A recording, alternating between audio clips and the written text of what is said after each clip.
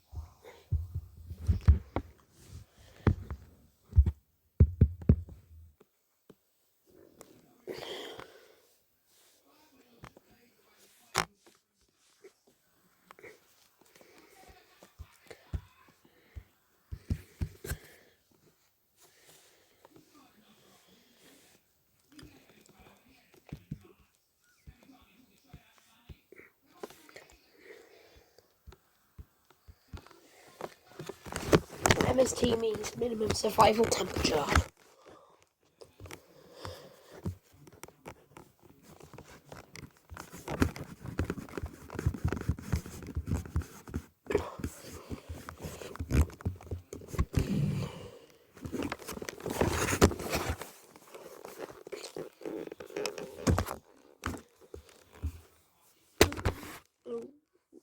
And well, if you just look, it turns out that 1 Kelvin is only a few pixels wide at this point. No, we're gonna move on. A 90 Kelvin.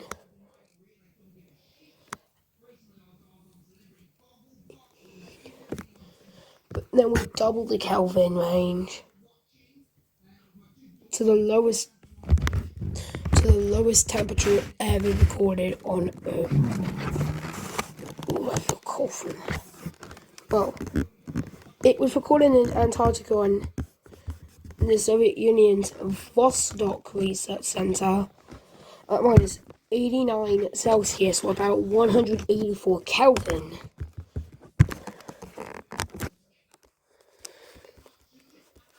Some say it was as low as minus 148 Fahrenheit.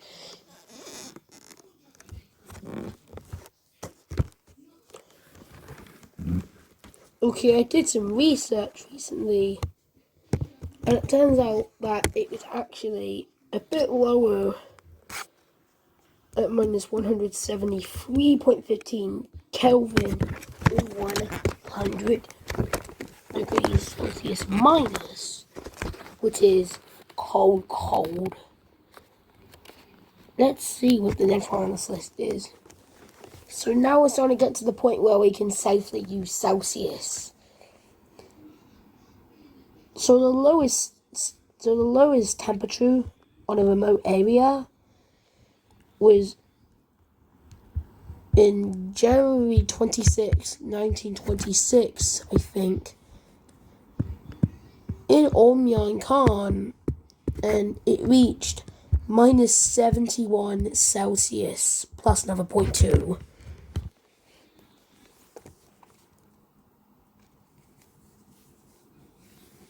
So here's what a ball that would look like. I don't know, it's slow. But it's slowly but surely starting to get higher. And it turns out that minus 60 is the maximum that humans could survive. If they wear the best clothing, they could survive. Or if they're wearing some bubble protection suit from the extreme cold. But then we get to minus 49, and that's Antarctica in the winter. And treat Antarctica better. But then, at minus 33 Celsius, I think, you will die within 30 minutes. Naked, of course. You can survive much longer. And you might only die of dehydration with hot clothing. But then, we get to the temperature of the coldest star, which most stars are meant to be hot. This one's in the minus range, minus 25 Celsius. So that means it would be a very old star, possibly billions of years old. Probably one of the oldest stars in the universe. Let's get it. And every single one of the people who's watched me, by the way, better watch this. But yes, now I get to a temperature of minus 15 Celsius, or 258 Kelvin. And plus, this is the temperature. Wait. The temperature where ice cream melts into a liquid. Tasty treat though. So because of this, people eat ice cream up to 60 degrees Celsius, 140 Fahrenheit, its melting point. Or over its melting point. I didn't include the melting point in mercury, but just for reference, that's minus 38.83. But then, now we get to the melting point of ice, and when ice can form, so it's basically like a loop around, like the loopy-loop. But then, at 0 Celsius, ice melts into a liquid, or it either forms into a solid, so it just keeps looping around. So it like suddenly forms again, unforms again, unforms again, and then forms again. So it like melts, solidifies again, and it just keeps happening. But now we get to 10 Celsius because I'll draw actual colors on this.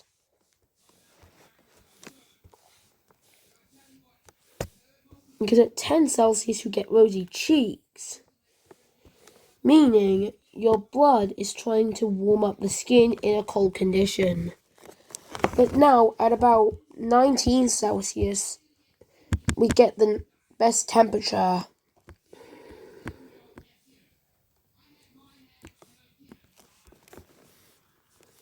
Yes, I'm enjoying that laser cannula. And about 21 C is room temperature. So we got a computer, TV, and a gaming console. Yes, that's a fake console to not get copyrighted. But then rising a bit up, we can get the earliest signs of sweating at maybe 28 Celsius, and it's the first point where some slight dehydration can occur faster. So small pockets of sweat can happen at this temperature, especially if you have really, really overworking sweat glands. But then at minus 29.7646, under normal conditions, gallium melts. And plus, it is quite a toxic material if you don't use it without supervision. I mean, it's quite toxic if you use it without supervision, that's what I wanted to say.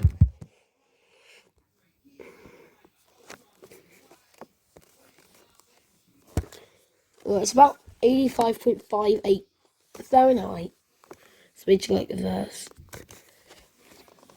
But then, at 32 Celsius, both dehydration and also sweating can occur.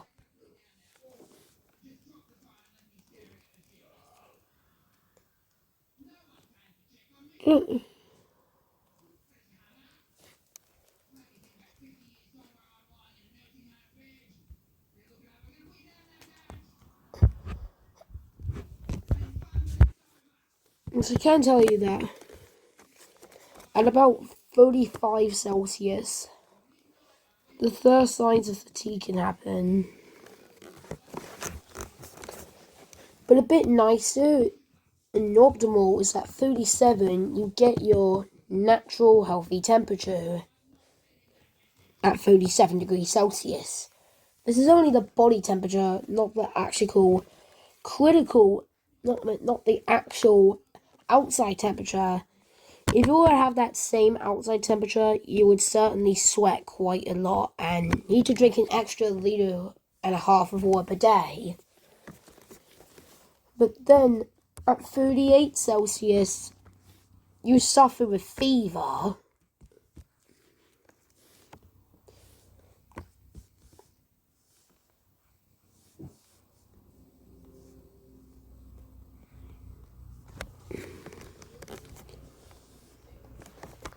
And then at 40 Celsius, heat stroke can occur.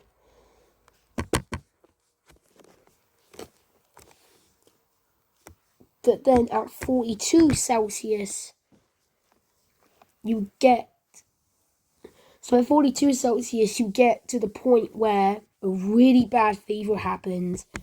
And around this temperature, people with this kind of fever need to wear nasal cannulas. Or even use asthma pumps, to be honest, if the condition isn't so bad. I'll just end this. Goodbye.